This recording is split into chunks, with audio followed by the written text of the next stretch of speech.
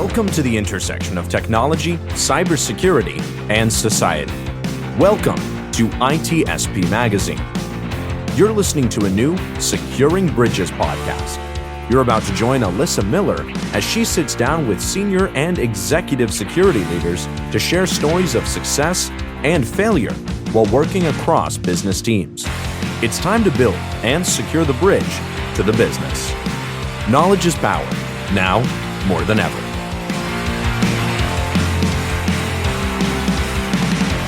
All right, hey everybody, welcome aboard another week of Securing Bridges. Yes, I'm Alyssa Miller, your host, and here we are once again, second episode, super excited. Securing Bridges, this is where we're talking to security leaders about how we connect those concepts of cybersecurity with the rest of the business who sometimes doesn't really want to hear from us, or maybe they just don't get it. So we're talking with leaders every week about how do we get better? How can we have those conversations and make them meaningful so that we can connect with the business? We can build those bridges between our security teams and the business line. So we've got another amazing guest. Last week we had Keon Williams. If you missed that episode, I encourage you, go out there, find it on YouTube, and you can watch the replay, or you can check out the podcast version if you go to itspmagazine.com. But this week we have another amazing guest, somebody I know you've probably heard of before. We've got Accidental CISO here with us. Hey, AC, how are you? I am doing very well. How are you doing? I am doing great. So just in case, there might be like one, maybe two people out there who haven't somehow heard of you yet. Tell us just a little bit about yourself, kind of your journey in cybersecurity. Yeah. So as the handle would apply or imply, I accidentally became the CISO. Something that in my travels and based on the number of people that I have talked to in the last few years, it happens on a pretty regular basis, actually, in organizations. Folks who are doing IT or security adjacent work, maybe product work, and they end up having the security leadership role thrust upon them, for better or for worse. For me, I think, when the first time I realized that that's what was happening, and I asked who the security officer was, and they told me that it was me. There was some gnashing of teeth and swearing and that sort of thing. But I've grown to embrace it. Spent a lot of my career in IT, but it was in IT and networking and security industry and that sort of thing. And I was in a lot of orgs where I was the only person as well. So I had to wear all of the hats. So it really wasn't until I accidentally became the CISO and had to come to terms with that, that I really realized that, I've been a security person all along, because that was the approach I took to things when I was doing my IT work and that sort of thing. So yeah, it's been a wild ride through a lot of small businesses and, through some very large companies in the process, and some spin-offs and startups and spin downs and, what have you along the way. Sure. So tell us a little bit more.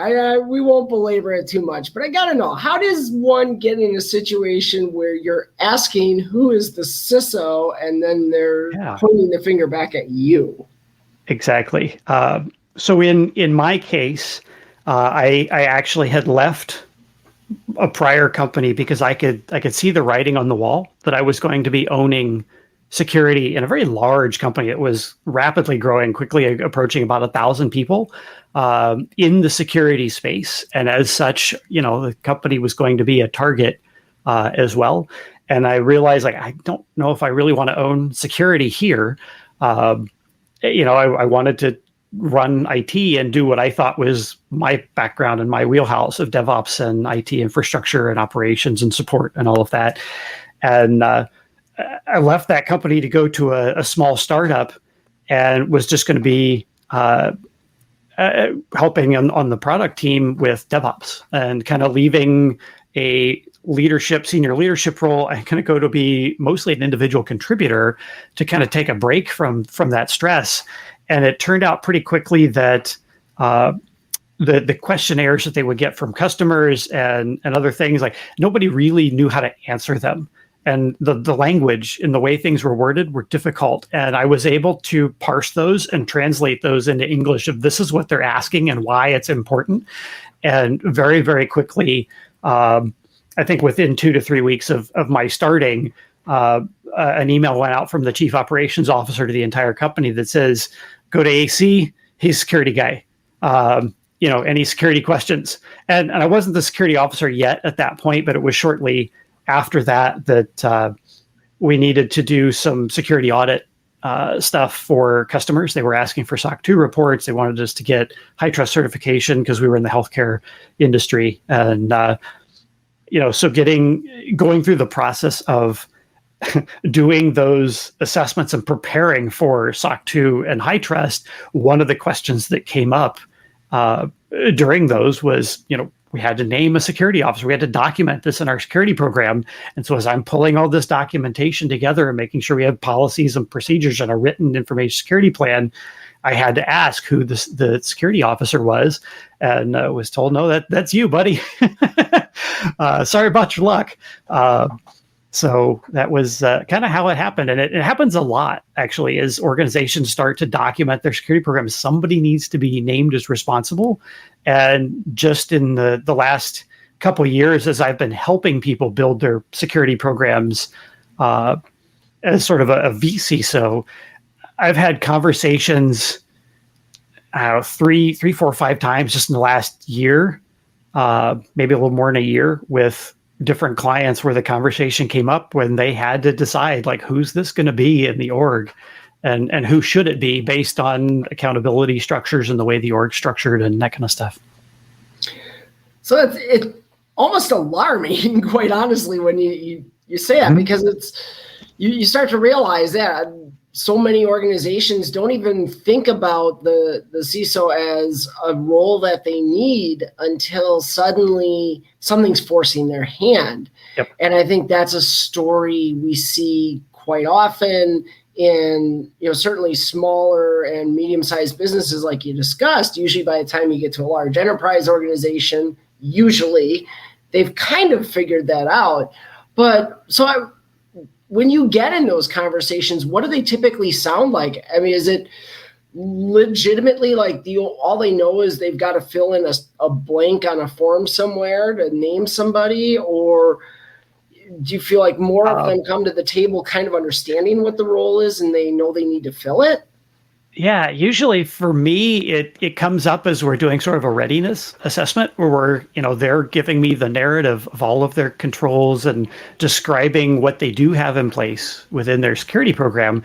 And one of the questions I just straight up have to ask them is, who is named as the security officer? Is somebody named as security officer? Who is that person in your documentation? And almost every time it happens, somebody's not named.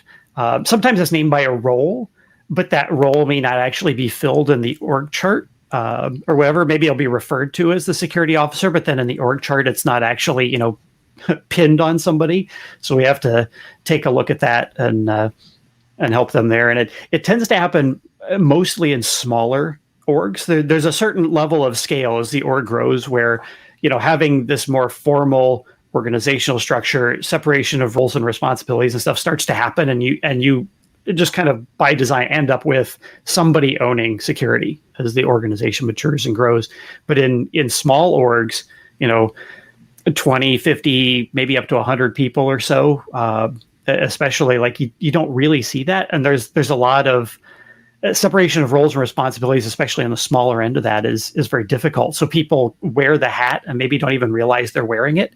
Or a lot of times the organization didn't realize it was a hat that needed to be worn. When you have those conversations, what kind of justification do you give them?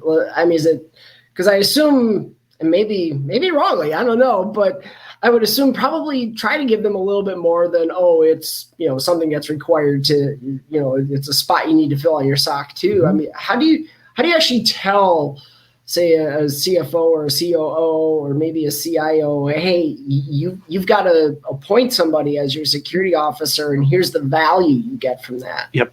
So a lot of times they're not looking, they're not engaging with somebody like me to come in and help them build a program if they don't have some sort of business driver already. And for a lot of these customers, that business driver is, they've got some sort of regulatory compliance, some new legislation or something that that they either just realized they need to comply with, or that was just signed into law or something you're going to have to comply with. Sales friction is another one. They're losing sales, or their sales cycles are really long because they don't have a SOC 2 report. They don't have the documentation. They don't have the good answers in their questionnaires that they're doing, and it's either costing them sales or extending the time that it takes them to make the sales. And the sales cycle is another important piece of that. Nobody's really doing it, for security's sake. Some orgs have had an incident, ransomware, whatever, and now they're realizing, like, hey, we need to, firm up our security program in the process because of that. But there's usually that business driver in the first place that makes them say, hey, we need to build a security program in the first place. Like, trying to convince somebody that security is important if they don't already feel that it's important is kind of a difficult thing to do. So by the time I'm helping them, it's they've already kind of come across that hurdle. There's a business driver of some sort, and as they're starting to understand, one of the things that I make sure that I highlight as I'm talking to them is how broad security is, because there's usually that idea that it's just IT. It's just IT security, all technical, and they don't realize how security is going to transcend the entire organization, and it's going to transcend all of your business processes and everything from the way you onboard and hire people to the way you do sales and deliver your product, whether it's a service or a physical product, the way you manage your supply chain, whether it's a digital supply chain or a physical supply chain. All of those things, like, it's going to impact everything in the way you operate the business. And I try to position, I hate the FUD approach. So I try to position it as well from an enablement perspective on this. And they can start to understand that when they realize kind of how broad this is, and that this really is about enabling the business, that, we really do need somebody who's going to be accountable for this, because this isn't going to be successful if we don't have somebody who is accountable to help build the program. And I also help that person as they're coming to grips with the fact that, oh my God, I'm going to be the security officer. That doesn't mean they have to own everything. They're going to herd the cats. They're going to guide the company and kind of be that trusted advisor internally. But HR still has to own the onboarding process. IT still has to own the part of the process where you're completing onboarding and assigning access. Sales still has to own their sales. Ops still has to own the supply chain stuff, and manufacturing, or, depending on what type of business it is. And that, you're there to help them, but you can't just own everything end to end. They're going to have to step up, and that seems to be something that a lot of them hadn't really given much thought to. So there's a ongoing, and this goes back almost as long as I can remember in my security career, this sort of debate over what is the most appropriate organizational structure. Where should the CISO report to? And do you end up landing in those conversations? And what do you, in your opinion, where should that CISO align and why? Yeah, sometimes it does. There's usually not that much, I don't want to say flexibility, because especially in small businesses, there's a lot of flexibility, and that's part of the challenge to it. But it's usually pretty clear in the org who that person needs to be. And then from there, they have to decide, whether or not reporting structures should change. A lot of times, they don't, in the purpose of building the security program initially. That usually going to be a down the road thing. A lot of times it's IT folks that end up kind of getting saddled with it because they don't have a dedicated security person. And all of a sudden, the IT people are realizing like a large part of actually implementing the security controls ends up being done through IT. So, it tends to be somebody in IT that we're working with during the preparation phase that ends up being that that person that gets picked on and draws the short straw. This is sounding so brutal. I'm sorry. Look out, run the other way fast. It is brutal. As the org grows, like that's when you can start looking at, should security be a dedicated org? Should it be under a CIO, CFO, CEO, those types of things. But those, but in smaller orgs, they're typically very flat. So there's not a whole lot of different places for them to report. And, as you get to, maybe orgs of, 50, 60, 70 people, you start having those organizational structures and teams and managers of managers start to develop in the org. But, if you're in the 20 to 50 person company range, they're still usually pretty flat and not a lot of question about where should the person report, and it's more tactical about how do we get things done. So you mentioned before a word that comes up more and more, I feel like, with CISOs these days, but there's a lot of different thoughts on what it actually means. And that is, you said that word enablement. And, on Securing Bridges, we're all about how do we connect the business and security. And a lot of that message seems to center quite often around enablement of the business. Mm-hmm. What does that mean to you when I say enablement? How does security actually enable the business? Yeah, so there's a few ways that I look at it. One is looking at the organization, understanding how the organization works and makes money, but looking at the needs of the other teams. How can security support them and help them solve their problems and do it safely, rather than saying, hey, we have this security risk, this security problem, we need to implement X, Y, and Z controls, and you just have to do these things and do them differently. Getting to know those teams and establishing that bridge, that you were discussing, earlier as you were opening the show, like that relationship to them, to understand that you're there to help them. You're there to help them fix their pain points. Like that is one of the biggest ways to enable the business to me, because then you can design those security controls in concert with, IT and the folks that need to build the tooling and get the tooling in place, and the process owners, so that the right way, the official way to do it is also the secure way, and it's the streamlined way. And if you can bring in automation and tooling into that mix and do it well, it helps everybody be more efficient. But the other thing that I like to explain when it comes to security as an enabler for the business is, at the end of the day, like a security risk or something where a process breaks down and you have some sort of a security vulnerability where somebody can make a mistake.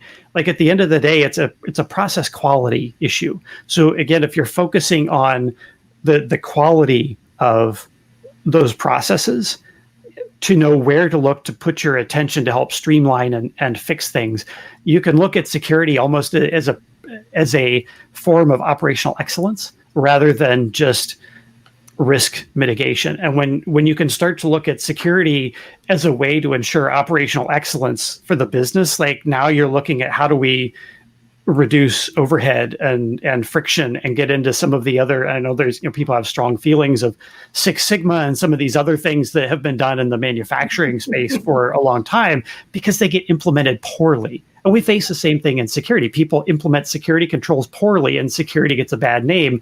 Same thing for Six Sigma. and the continuous improvement and all those things, Deming and stuff that has been the basis of DevOps. If they're implemented poorly, they're going to give you a bad name. But at the same time, if you do them well, I mean, they can be game changers for a company in the market. And you touched on one of the things that's so important to me. That is that idea of how do we move beyond just conversations about risk and bring something more meaningful. And so Frank brings up a really good question here as we think about it. And he mentions it in terms of data governance and just overall. What does common language, how does that play into this? That seems like that would be something really important, that we're all, we're speaking to the business in language they understand, rather than, of course, coming to them with, the security ease, if you will.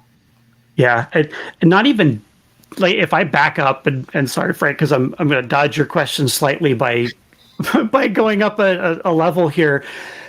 Governance in general is kind of that first step to get people aligned. If your organization doesn't understand what kind of compliance regulations and things that it needs to comply with in the first place, like, that's kind of one of the first places you need to start, is understanding what really are our requirements. Like, do we have compliance requirements by law? Not just that we're going to choose for ourselves strategically, but like by law.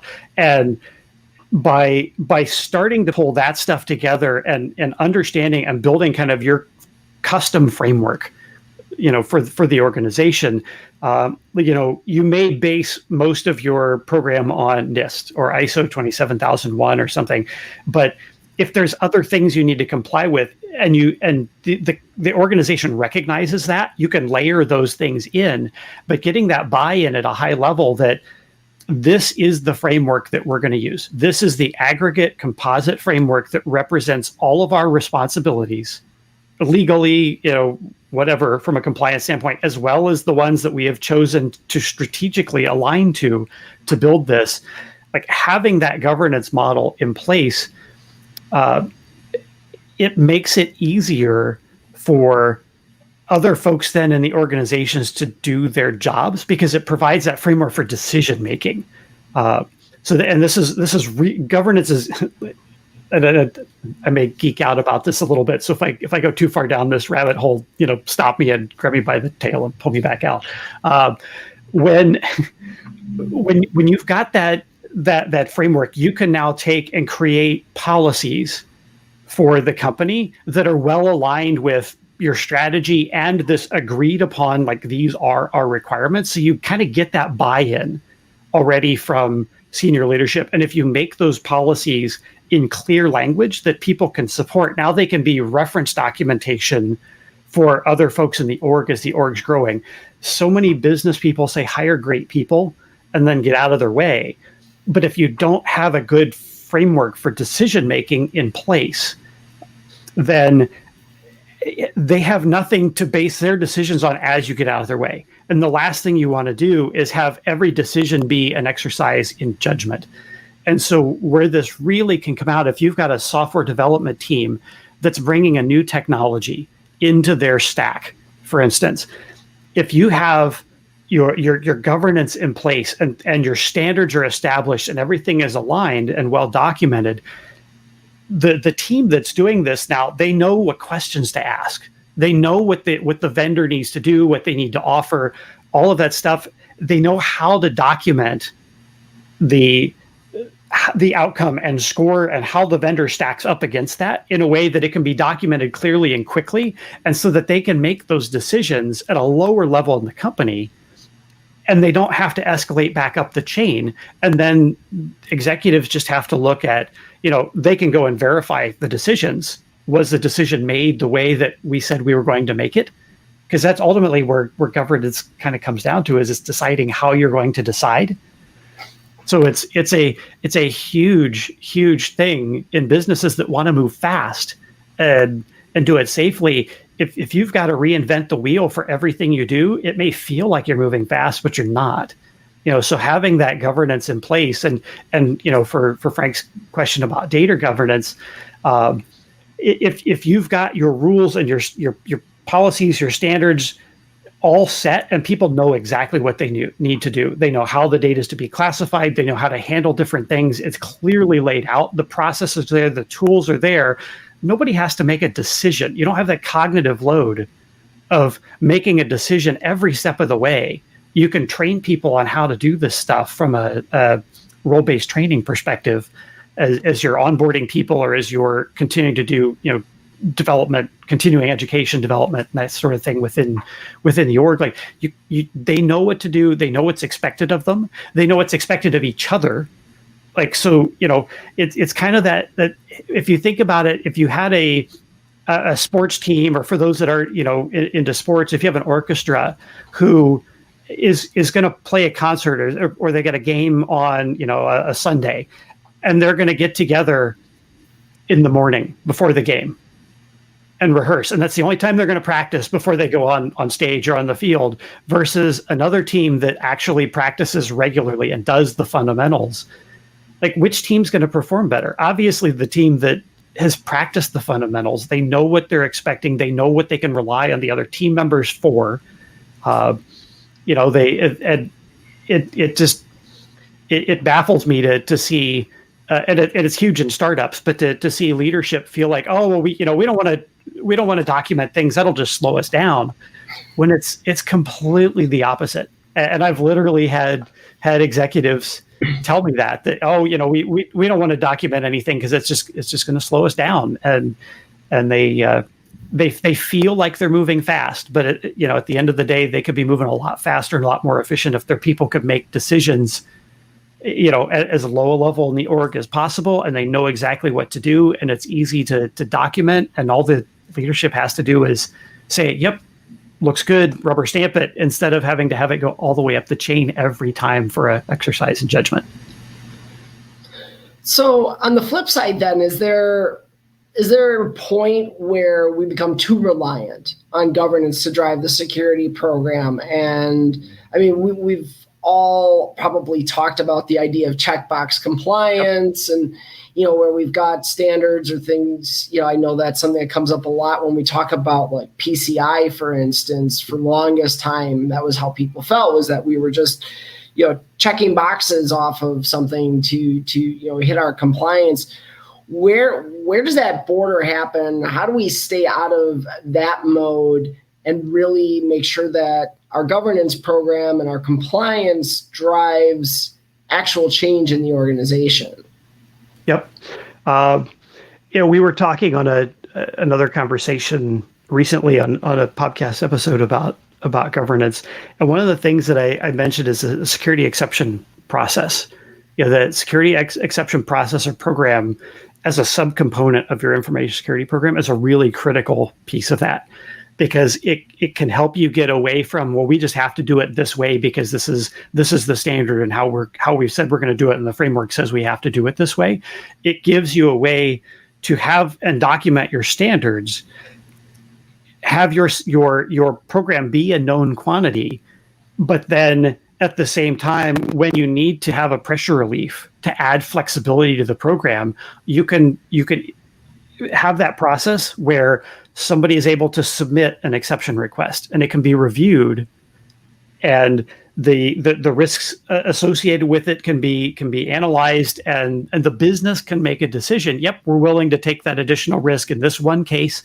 We're going to grant that exception. It gets documented, it gets approved, and now that exception is enshrined kind of in the security program as well through this exception management program.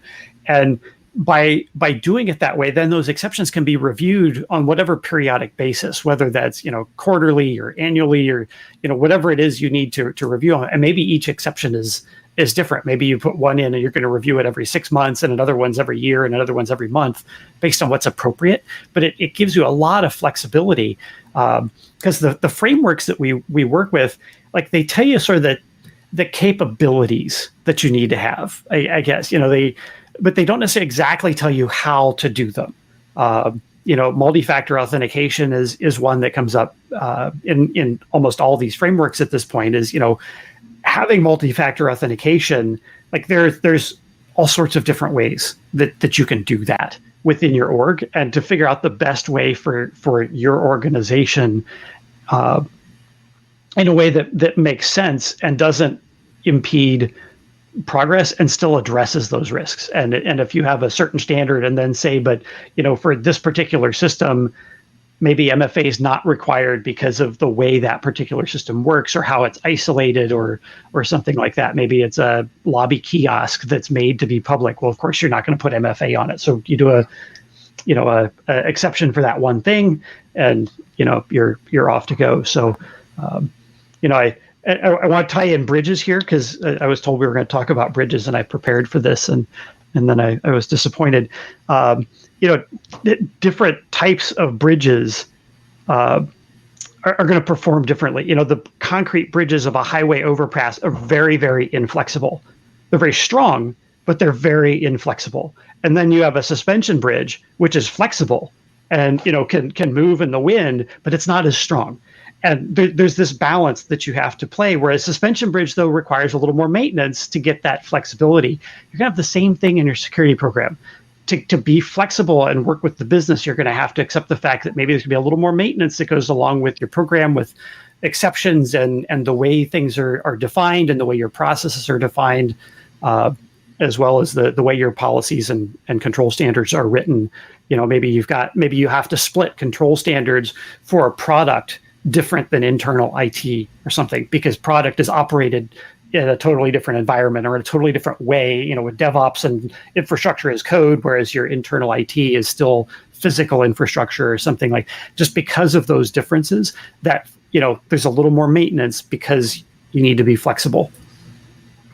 Well done, bringing the bridges into it. I like that. Very different metaphor than I was expecting, to say the least. But, I think that's crucial, because what you just described to me really connects with how we mature a security program, right?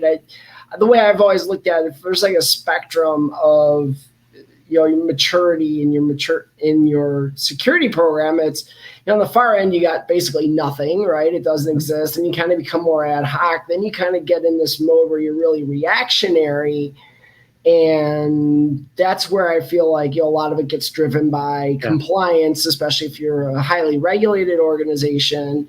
If you've got to meet PCI or HIPAA or something, it's FFIEC if you're at a bank, or if you're like me in the market space, you're dealing with the SEC.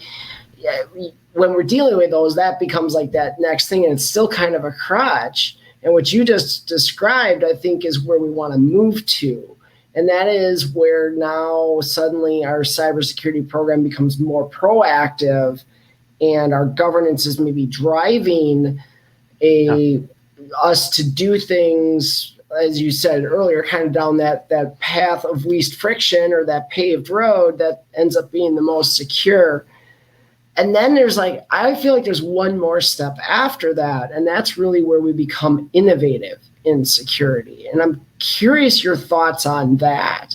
Where is it that security can create innovation that propels the organization forward from a business perspective? Yeah, it comes back to listening to your users, listening to the stakeholders and the folks that are actually relying on the systems and the processes to do the work for the company to make money. One of the things that I've loved about some of what Wolf Gorlick has tweeted is, compassion for users is just so important. And I think that's really the area that we have to innovate, where we get away from the older school of thinking with security, where you put up locks and gates and just, boundaries and protection and that kind of stuff, and focus more on what really is their need. What are they trying to do? What is causing them to go outside of the established norm? Because creative users, one of the favorite Wolf quotes in this is that creative users are dangerous users, or something like that. That, if your security controls are pushing people to get creative to get their work done, like you're doing something horribly wrong, and it's going to come back and bite you, because they're going to work to get creative to work around the things that you're trying to do. So if you can work with them, like that's where the real, I think, innovation comes in, is understanding what their goals are, what their needs are, and how do you meet their needs. And in doing that, you have to work with the IT group, you have to work with the HR group, you have to work with finance or other people, because every step of the way, maybe you've got IT tools, or maybe you've got training that needs to happen, maybe you've got I don't know, some sort of procurement thing and a finance process that needs to get adjusted. Like there's all these different processes across the entire company that are constantly intersecting.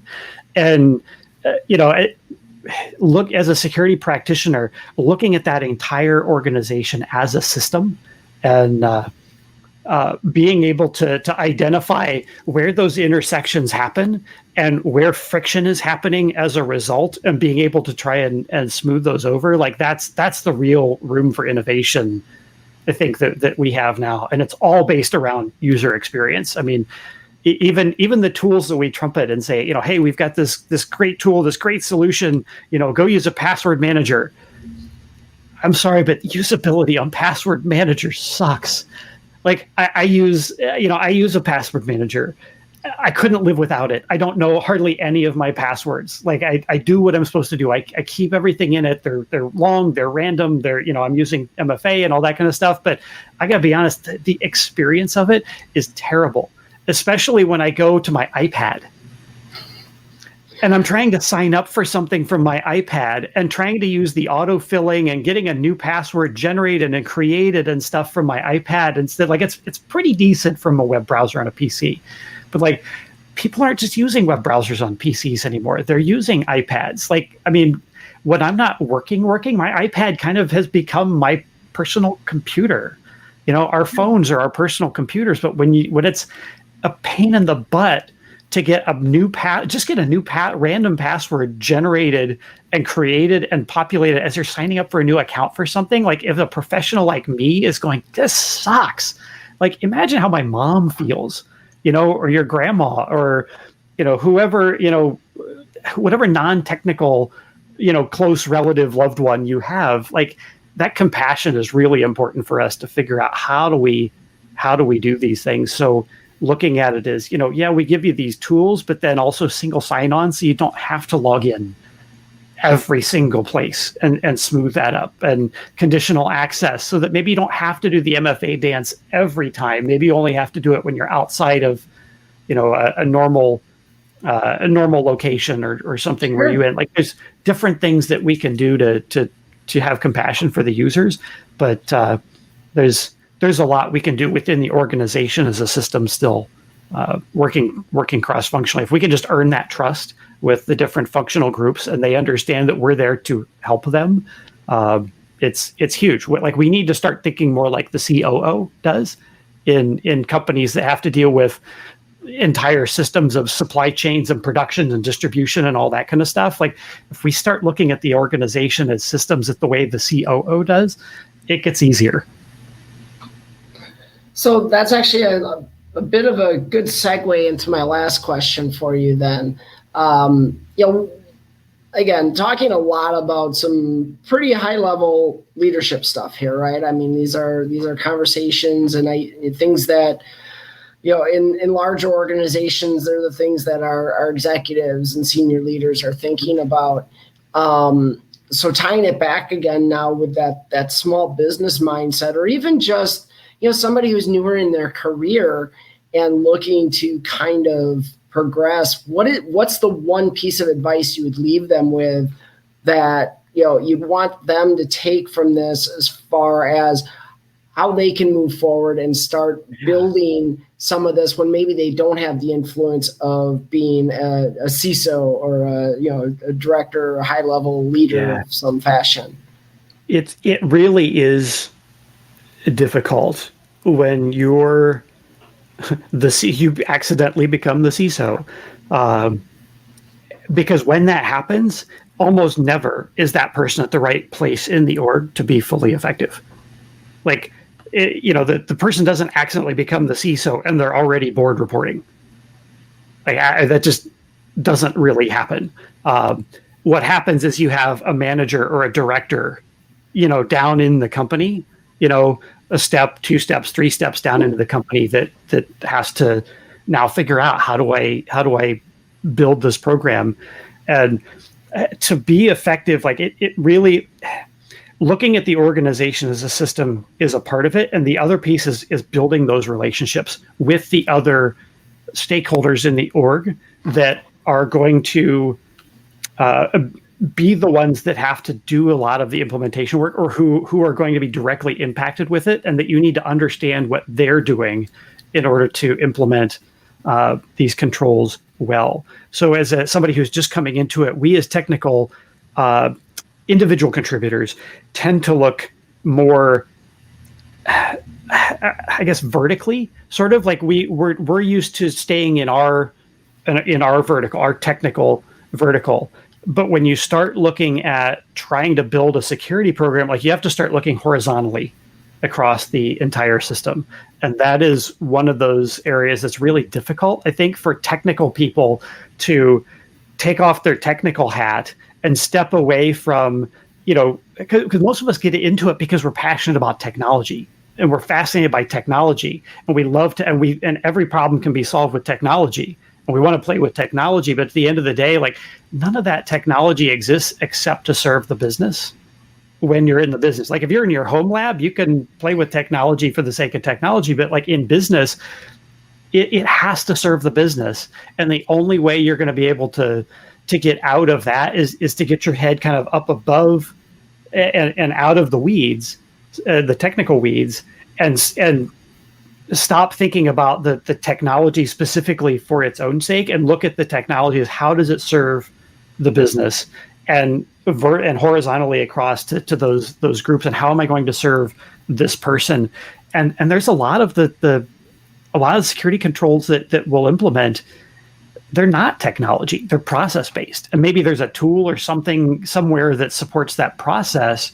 But at the end of the day, most of what we do is people and process and business, and maybe 25% technology. So that's, I think, my advice to folks that are looking to come up into this is to, start, if you've got a good grasp on the technology already, start studying business blogs, other types of things like that. Start studying process management, process improvement, some of the continuous improvement stuff. Like, we're used to seeing a lot of it in Scrum and Agile at this point. So it's, process improvement, continuous improvement is not foreign to a lot of technical people now, but just understanding that stuff and how to approach the problems and get to root causes and fix those at a business and process level, not just a technical level, is huge.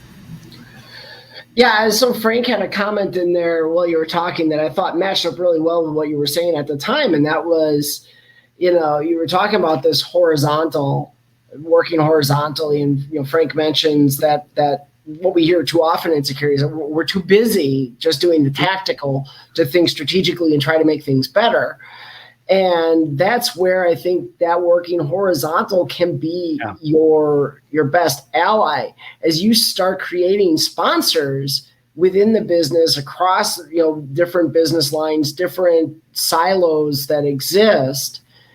Those sponsors that you find, when you get their buy-in and you get them and they want to see you succeed, can offload a lot of that extra labor. So I think that was an awesome point there. And I agree with you totally about, if you want to move up, you want to get into leadership within cybersecurity, learning the business side can just be invaluable. Yep. And that too busy to make things better too is another, and it haunted me when I first was doing it. Like, it was a tough thing. Frank mentioned and echoed in here too. This is a hard shift to make, that tactical to strategic thinking.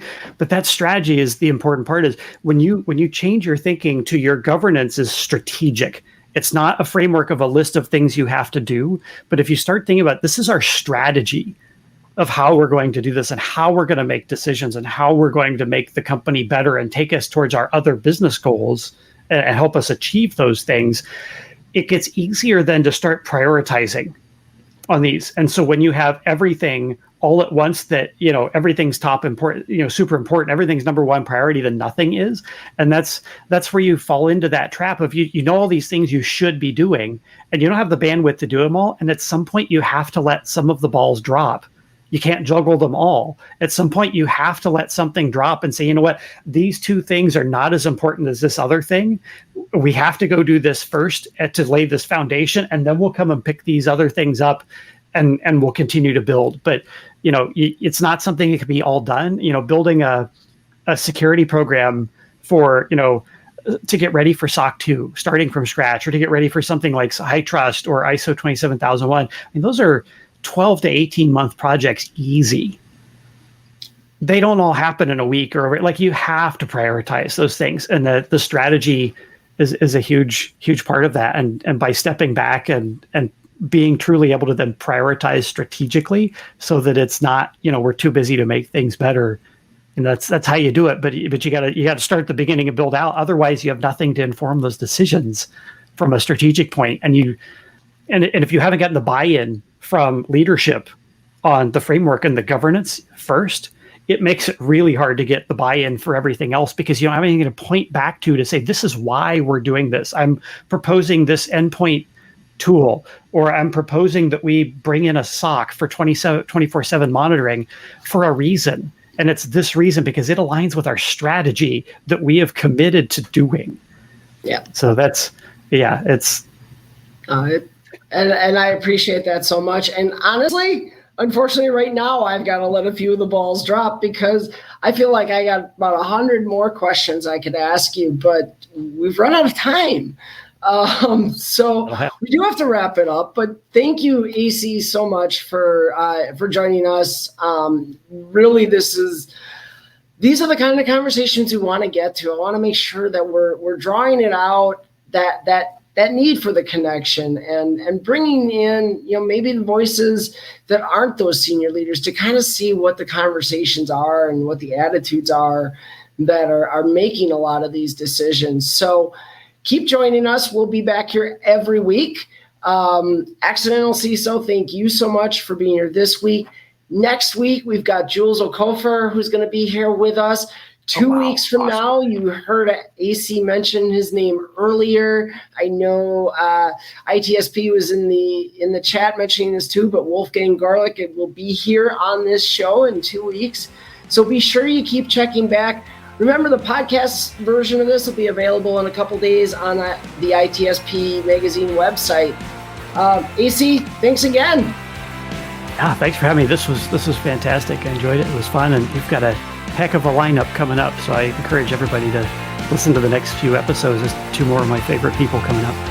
Yeah, I can't believe how fortunate I've been so far, and I'm looking at the schedule going forward, and it's spectacular. A lot of great guests coming up, and some surprise guests too. I think you're going to see in coming weeks, we're going to have some folks on here that maybe you wouldn't have connected with some of the discussions that we're having. So stick around, join us every week.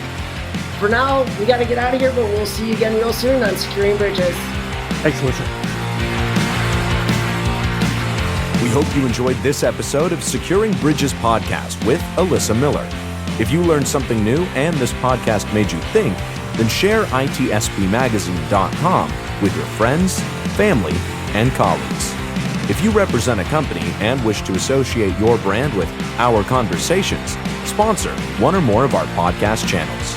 We hope you will come back for more stories and follow us on our journey. You can always find us at the intersection of technology, cybersecurity, and society.